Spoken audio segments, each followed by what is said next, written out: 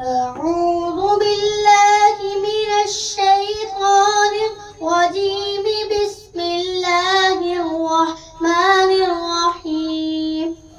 أعوذ بالله من الشيطان الرجيم بسم الله الرحمن الرحيم واذكر اسم ربك وتبتل إليه تبتيلا واذكر اسم ربك وتبتل إليه تبتيلا